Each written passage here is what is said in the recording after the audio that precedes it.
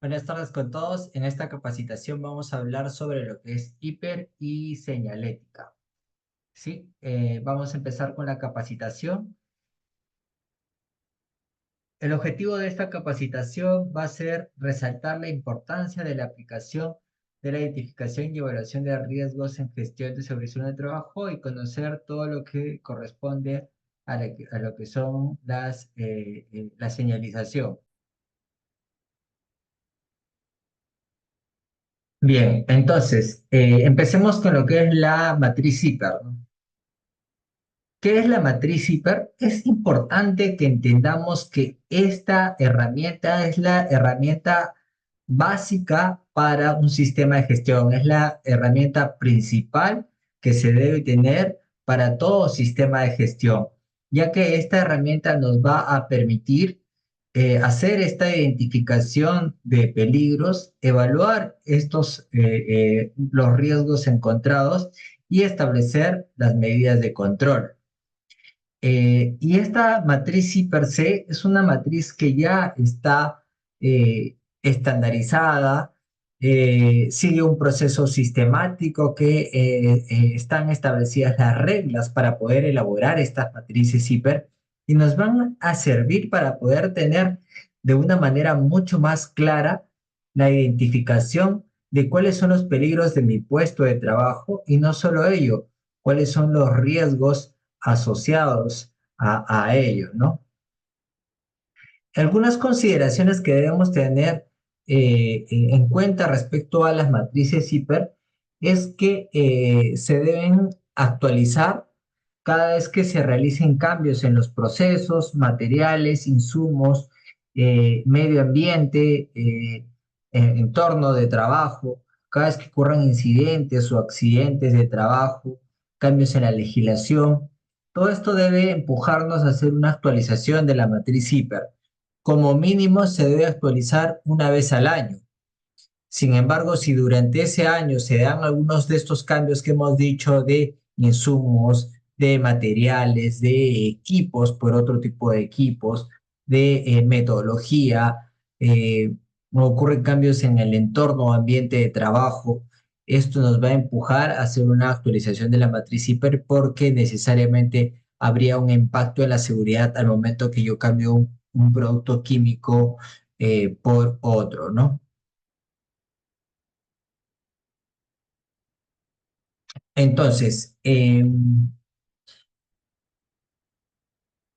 empecemos por conceptos también muy básicos sobre, por ejemplo, qué es un peligro, ¿no? Un peligro va a ser la situación o característica intrínseca de algo capaz de ocasionar daño, sea a las personas, equipos, procesos o ambiente, ¿no? Entonces, nos indica que la mayoría de cosas que nos rodean van a representar un peligro, desde una baldosa de repente mal instalada, un reflector o un proyector o una luminaria que no está bien colocada en el techo que pudiera caerse producto de un pequeño sismo o caer repentinamente producto de esta mala instalación, van a representar un peligro, una silla en mal estado, un piso mojado, todos estos van a representar un peligro, ¿no? Son una situación o característica de algo capaz de ocasionar dos daños.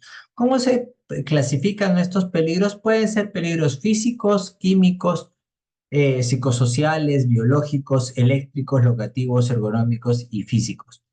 Estos peligros vemos en la imagen algunos ejemplos en la parte inferior, solo son algunos ejemplos, pudieran haber mucho más, eh, eh, en la que trabajemos en oficina o trabajemos en un almacén o en una planta industrial o en una construcción o en una minería, pues van a estar presentes muchos de estos peligros. En algunas actividades, como por ejemplo de repente oficinas, pues no van a haber riesgos físico-químicos quizás, o no va a haber riesgos físicos a nivel de ruido.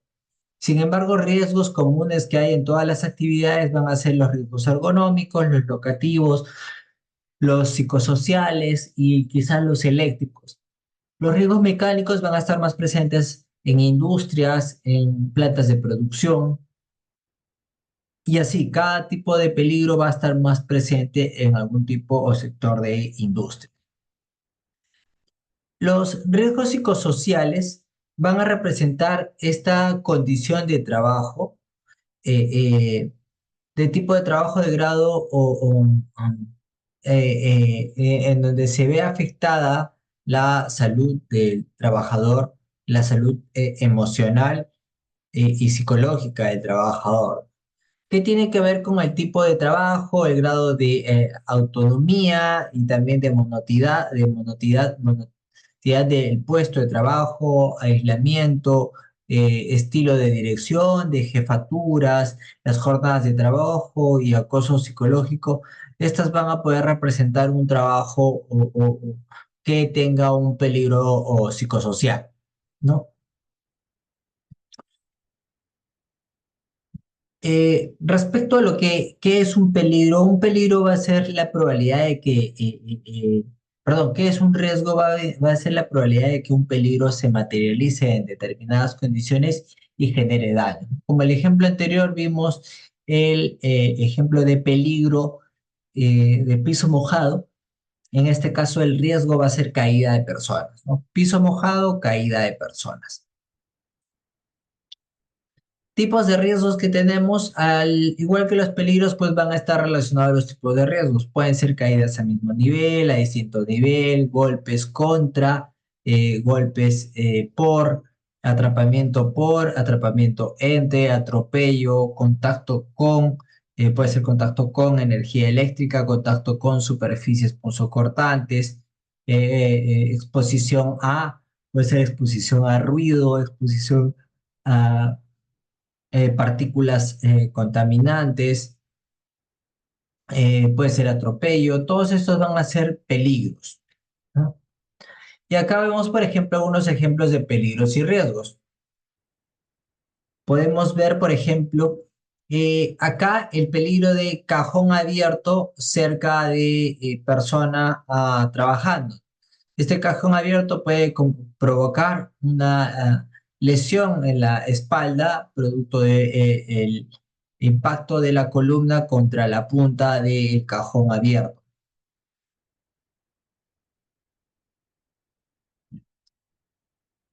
Acá vamos a ver, por ejemplo, el peligro de persona usando silla para elevarse.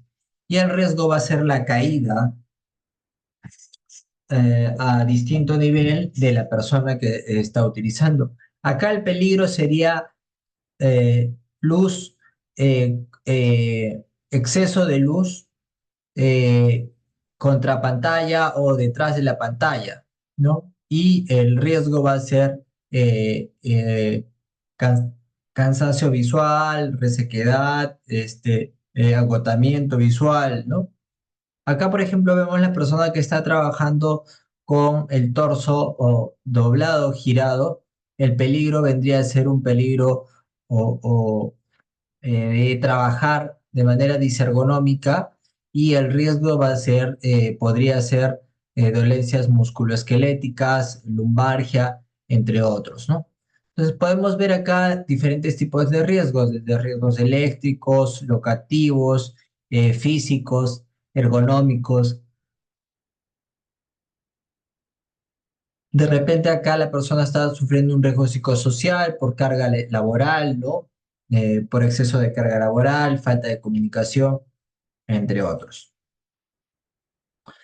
Y vamos a hacer una identificación de algunos peligros y riesgos. Por ejemplo, vemos el ejemplo de la silla, de la persona con el gabinete o el cajón abierto y de el líquido derramado en el piso. ¿No? Entre estos tres ejemplos que vimos, vemos uso de la silla como plataforma. Sí, uso de la silla como plataforma o como escalera o espacio para elevarse. Y como riesgo tenemos caída a distinto nivel. Y la medida de control sería implementar escalera doméstica a tres pasos a tres pasos, ¿no? Y capacitación. Esa sería la medida de control. Eh, Después, el peligro de cajón o gabinete abierto, el riesgo sería golpe contra cajón o gabinete o cajón del gabinete y capacitar en orden y limpieza y mantener los gabinetes cerrados, verificar periódicamente el orden y limpieza, ¿no?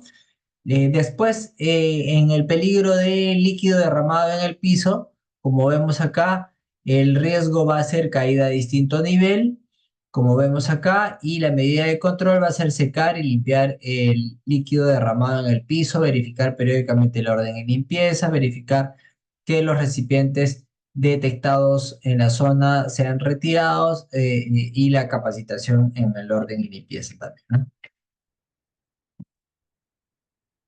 Ahora, ¿cómo se hace esta evaluación del riesgo? ¿No? Porque hemos visto lo que es la identificación de peligros, hemos visto lo que es la identificación de riesgos, pero ¿cómo se hace esta evaluación de riesgos? ¿No? ¿Cómo es que se ejecuta esa evaluación del riesgo?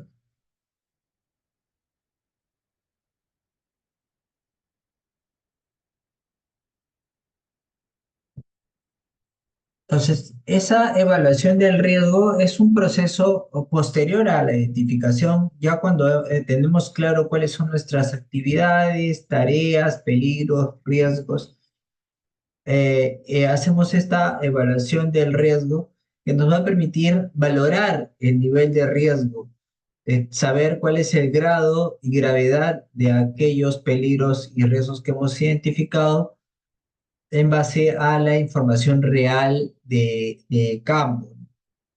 Entonces, en esta valoración del campo, determinaré qué tan probable es que un peligro se materialice y genere riesgos y consecuencias, y si ocurre, qué tan severo va a ser el daño, qué tan probable es que ocurra y qué tan severo sería en caso ocurra, ¿no?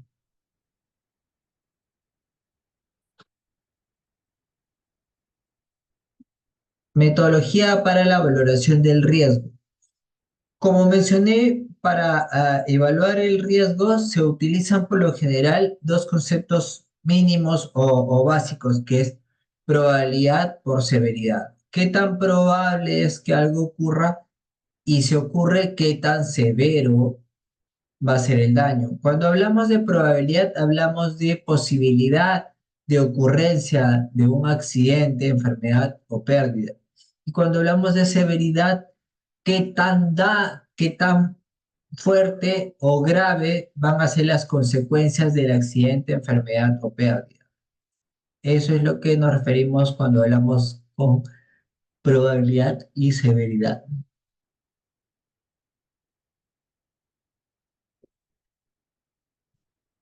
La metodología para la valoración del riesgo en algunos casos incluye un poquito más de detalle, ¿no? La resolución ministerial 050 del 2013 nos da algunos métodos de referencia.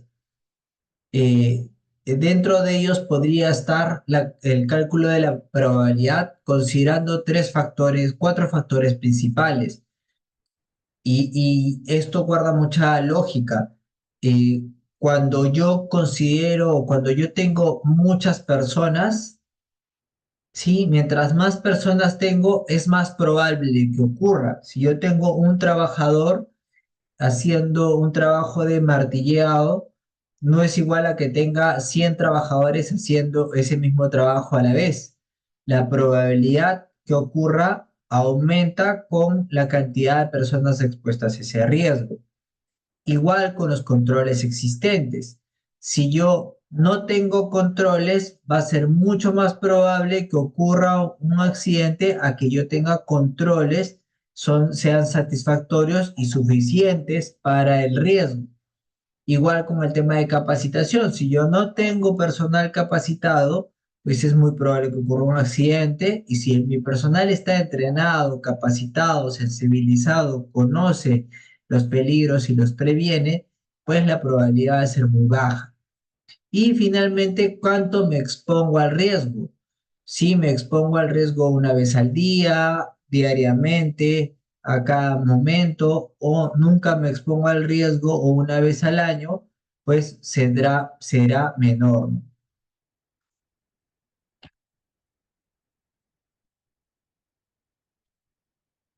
Dentro de esta metodología para la valoración del riesgo, una vez que le he puesto un valor de probabilidad y severidad, y esto los he multiplicado y he calculado el nivel de riesgo a nivel de tener un valor, pues ese valor que tengo, pues lo llevaré a esta tabla y determinaré cuál es el nivel de riesgo y la clasificación y su interpretación, ¿no? Entonces, por ejemplo, si yo acá he determinado que tengo una probabilidad de 2 por una severidad de 3, sería 2 por 3 6. Y 6 representa un riesgo medio con una clasificación moderada, con una interpretación de que se debe hacer esfuerzos para reducir el riesgo determinando las inversiones precisas. ¿Sí? Las medidas para reducir el riesgo deben implantarse en un periodo determinado. Eso sería lo que haría, ¿no? Ahora, es importante entender que yo siempre debo considerar para establecer controles, como saben, la matriz es matriz I per C, identificación de peligros, evaluación de riesgos y determinación de controles, sí, que estos controles tienen que seguir cierto orden en que primero debo pensar en eliminar el peligro. Cuando yo elimino el peligro, pues ya no hay ninguna posibilidad de accidentarse. Eh, después, igual también tendré que seguir en la jerarquía de controles con el segundo o control que es sustitución. Eliminación, después sustitución, después controles de ingeniería, señalización y EPP. Lo que son los primeros controles van a ser más efectivos. De hecho, la eliminación, cuando yo elimino, pues ya no hay peligro. Pero yo cuando sustituyo o pongo controles de ingeniería, estoy reduciendo el, eh, el nivel de severidad, ¿no? Estas medidas de control actúan sobre el peligro y están diseñadas para reducir el error humano. Sin embargo, las barreras blandas, que son las dos últimas, que son controles administrativos, que dentro de ellos está la señalización, advertencias, capacitación y otros controles y los EPPs, son barreras que pueden fallar, que están sujetas a el error o vulnerabilidad de la persona y que me van a generar daño, por eso no son tan efectivas. Cosas importantes que debemos saber es que eh, se debe estar ubicado en el lugar visible por cada puesto de trabajo, ¿no? Cada matriz tiene que estar ubicada en un lugar visible. Debe ser aprobada por el comité o el supervisor de SCT. Deben ser actualizadas como mínimo una vez al año, como mencioné. Deben ser difundidas a todos los trabajadores de la organización y se debe contar con el registro de difusión de los trabajadores y que están involucrados, capacitados y conocen de la matriz CIPRE. Bien, eso es por todo el tema de matriz hiper. Vamos a pasar a lo que es señales de seguridad. En señales de seguridad, pues, ¿qué es la señalización? Según la norma técnica Perano 399.010, nos indica que es el conjunto de estímulos que condicionan la actuación del individuo que los recibe frente a ciertas circunstancias. Estos riesgos, protecciones necesarias a utilizar, son las que se van a ver involucradas, que se buscan resaltar. Entonces, la señalización va a ser cualquier estímulo externo que nos condicionan a actuar de determinada manera, ¿no? Como prohibido entrar, uso obligatorio de casco, no correr, nos dan cierta información e indicación frente a circunstancias que pueden estar ocurriendo como tránsito de vehículos, ¿no? Eh, eh, Esos son los que son señalizaciones. Otras conceptos pues nos van a decir que la señalización van a ser mecanismos de control que nos ayudan a actuar de manera segura. Algunos criterios para la señalización es que la señalización debe buscar captar la atención sobre la presencia de riesgos, ¿no? O sean señaléticas de provisión o obligación en la zona de trabajo. Deben advertir cuando se produzca una situación de emergencia que requiera medidas urgentes de protección o evacuación. Deben proporcionar información sobre la localización e identificación de determinados medios o instalaciones de protección, como extintores, luces de emergencia, gabinetes contra incendio, y deben orientar y guiar a los trabajadores cuando realicen maniobras peligrosas. Igual alguna señalética de prohibición, de prohibir el paso o de, por ejemplo, no hablar por teléfono en zonas de tránsito de vehículos, etc. Los principios de la señalización son que deben llamar la atención de forma rápida sobre objetos y situaciones que pudieran generar peligros, ¿no? Desde una máquina con rodamientos en movimiento, o de repente algún producto químico en mi zona de tránsito, ¿no? O almacenamiento de un producto químico. La señalización y su eficiencia no invalidan otras medidas de prevención establecidas. De hecho, la señalización es un control administrativo. Por encima de eso hay otros controles más importantes como lo hemos visto de eliminación, sustitución o controles de ingeniería. La señalización de seguridad siempre será empleada solamente para dar indicaciones referidas a la seguridad. Obviamente estamos hablando de señalización de seguridad. La eficiencia de la señalización de seguridad depende de la entrega renovada y completa de su información. Hay que capacitar al personal, hay que informar al personal respecto a esta señalización. Como lo hemos dicho anteriormente, en esta capacitación en ningún caso la señalización de seguridad elimina el peligro, simplemente nos está informando. Hay otros controles más importantes que lo que es las señales de seguridad, ¿no?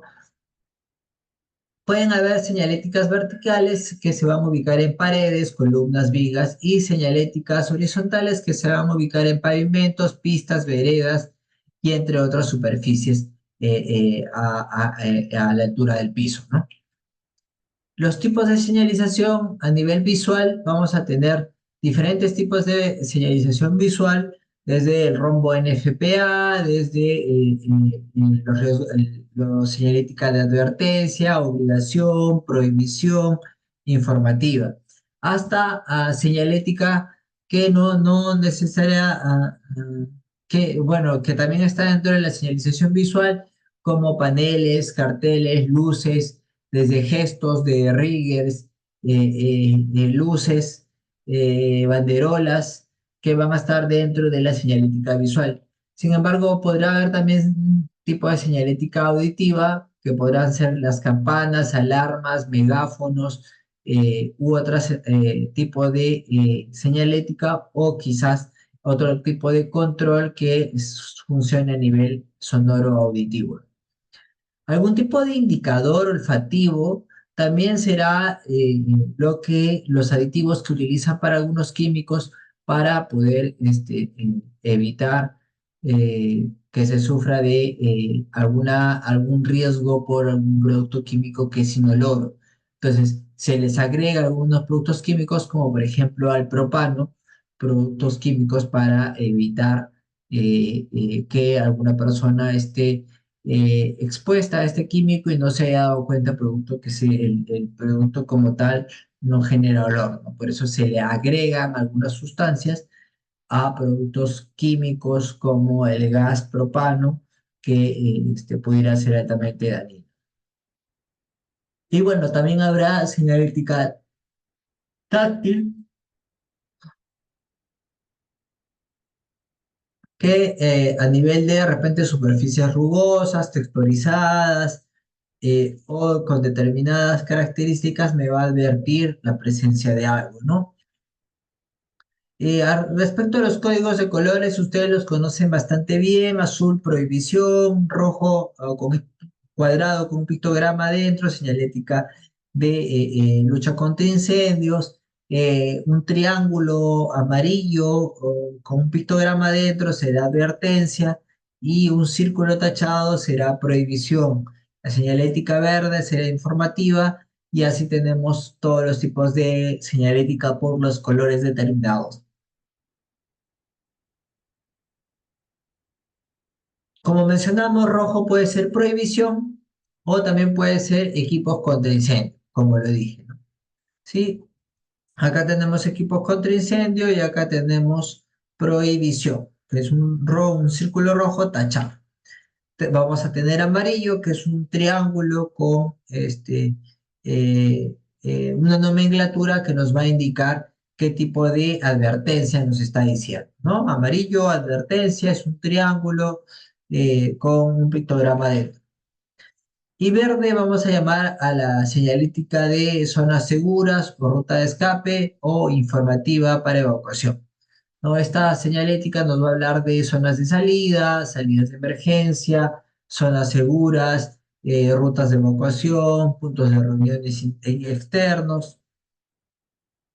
Y tenemos la señalética de prohibición, perdón, de uso obligatorio que nos invita a usar algún tipo de PP, sea un arnés, sean guantes, trajes impermeables, entre otros. Tenemos también las franjas de seguridad a nivel de señalética horizontal, que va a haber señalética de zona de peligro, prohibido estacionar, y otra, ¿no? Otro tipo de señalética en el piso. También tenemos los códigos de colores en residuos sólidos que podrán ser de color amarillo para lo que son metales, verde para lo que son vidrio, eh, perdón, verde, sí, verde para lo que son vidrio, azul para lo que son papel y cartón, blanco para lo que es plástico, orgánico o de color marrón, y rojo peligroso y negro generales. Conocemos el rombo NFPA, donde azul nos habla de riesgo para la salud, rojo riesgo de inflamabilidad y amarillo riesgo de reactividad y blanco riesgo específico. Y eso sería todo por la capacitación. Hasta una próxima oportunidad. No se olviden de realizar su evaluación y su registro. Muchas gracias. Hasta una siguiente oportunidad.